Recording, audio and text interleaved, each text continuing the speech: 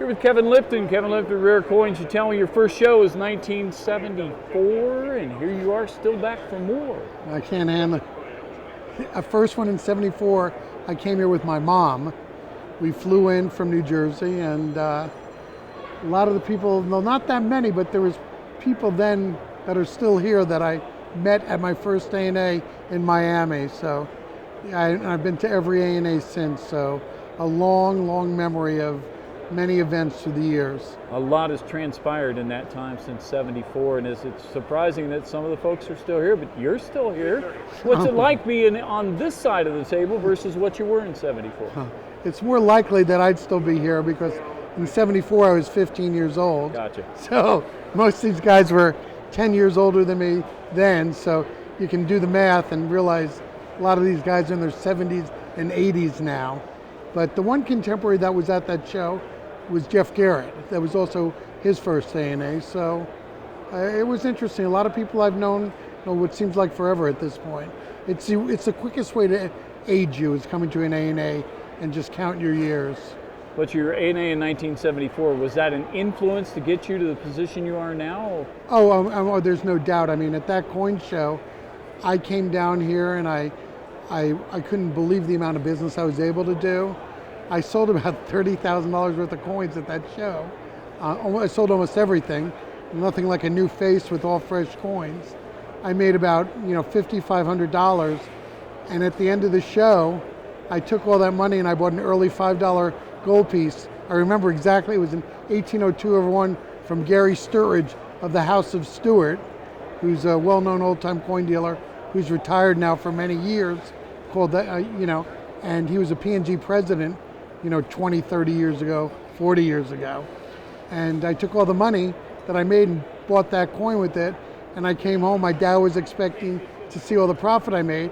I said, here it is. And I showed him this one coin, and at that moment he was a little nervous about it, but he got over it. It was starting okay. to wonder, but here you go now. So here you are now in 2021, and things have got to have been a lot different from this, because now our interests seem to be in different types of coins. Well, for sure. I mean, the coin business, like every other industry in the world, is changed dramatically. I mean, if you look back till 1974, what's a computer? Something that takes up, a warehouse. I mean, the world was a different place, and my business evolved and changed many times through the years to what it is now. And it's become an incredibly profitable business. I'm very grateful for that, but we always did very well, and I always was blessed to be able to do something I loved every day.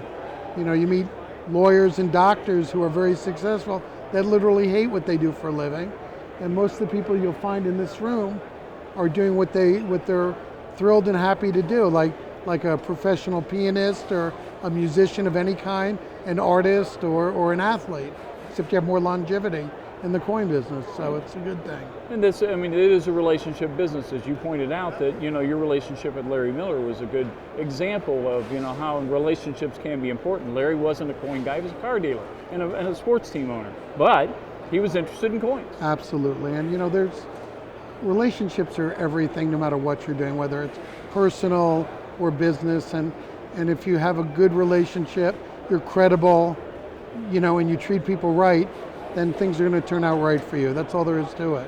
How difficult is it to get quality products so you can build that relationship? Well, I mean, right now our business is much different because we're more in the modern coin business, and our ability to acquire huge positions of coins are essential for what we do. I mean, we'll buy tens of thousands of a silver eagle that comes out, a new silver eagle, and the whole key is how we're packaging. I mean, collectors today, the number one collectible coin far and away is silver eagles, and what we do is we market them through our special signers. We did a tremendous job in establishing and promoting John Mercanti, and with the new designs now, we have an exclusive with Emily Damstra, the new designer of the reverse, and we're also doing Michael Gudioso as well, who is the guy that sculpted it. So we pretty far ahead of the curve when it comes to marketing the best products for what people want. Was the eagle ready for a new design? You know, I mean, it was the longest living series that we've ever had of a dollar coin, year-wise. I mean, it went from 86 to 2021. That's 35 continuous years. So a new design was in order. It's all good, and collectors love new designs of coins. It gives them an excuse for the people that just like to buy one of every design to buy another coin 35 years later. Or I think it's always good to change a design, just like anything else, whether it's a car or clothing or anything. New designs create new interest. So I'm all for it. Even though John Mercanti is a man I adore and love and a personal friend, he's okay with it. He had his time. Yeah, he had his run, and He he's had a happy great with run, that. yep. And that's a great run it is indeed. And that doesn't take away from the quality of the artwork that he did. Absolutely So not. That's what it all comes down to. So then stands to reason, should some of our circulating coins go through design changes? I mean, they have for the most part. I mean, the Lincoln cents changed dramatically, the reverse. Jefferson nickel changed. Obverse the same, reverse different. I guess the one that's due the most now, Roosevelt dime. The Washington quarters with the statehood program was dramatic. I mean, brought in a tremendous amount of new young collectors filling in their boards with all the different quarters. I mean, so it's happening. You know, the dollars have changed many times. So, you know, we change as we go, and I think it's good for the hobby. Yeah, definitely so. What about prices on the bullion markets, on the silver and gold? What does that do for somebody in the business like you? Well, it all depends on the product. It changes.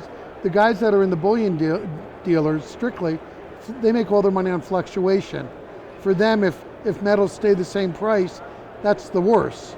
They'd rather see this big dip we just had in gold before the show. Wasn't the best thing for the coin dealers, the rare coin dealers, you know, especially someone like me who has, you know, thousands of double eagles in stock. But it's all good because we're continually buying and selling at whatever levels they are. I mean, the people that just sit there and do nothing, then it's like, okay, you know, and then they're just sitting there doing nothing. That's it. Yeah, I mean, we're just doing business. Indeed. You know, I'm a merchant. Yep. So we buy and sell. On your display here, you have a lot of the 1792 coins. There's a lot of the history here that people don't understand because most people see the circulating coins and don't understand that. How important is these history lessons that we can get through our coins? Well, in my opinion, the 1792 pattern coins are the most important part of our numismatics. I mean, I'm a guy that has owned virtually every great rare coin that the United States ever made. I can count on one hand virtually the coins I have not owned that are of that magnitude. And the only coins I ever chose to collect on my own are the 1792 patterns. I mean, so that'll let you know what I think about them. I think they represent the birth of our coinage, and it's just incredible. I mean, I sold the Nova set late last year of all the patterns from 1787, and quite honestly, the reason I sold them was there was no beauty to them. They were very kind of plain. I mean, historical, you know, you can say they're the most important, but they're kind of blah. These coins are just spectacular to look at, especially the right quarter, which is, in my eyes, the most beautiful early coin there is.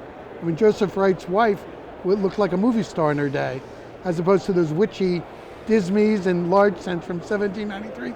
If you look, this one was stunning. So it's really, to me, it's art and a coin, and you know, and it's pretty rare. There's only one, and the only other one's in the Smithsonian. So you're good to go if you want to have, you know, the best coin. That's it indeed. Kevin, thank you for your time. My pleasure.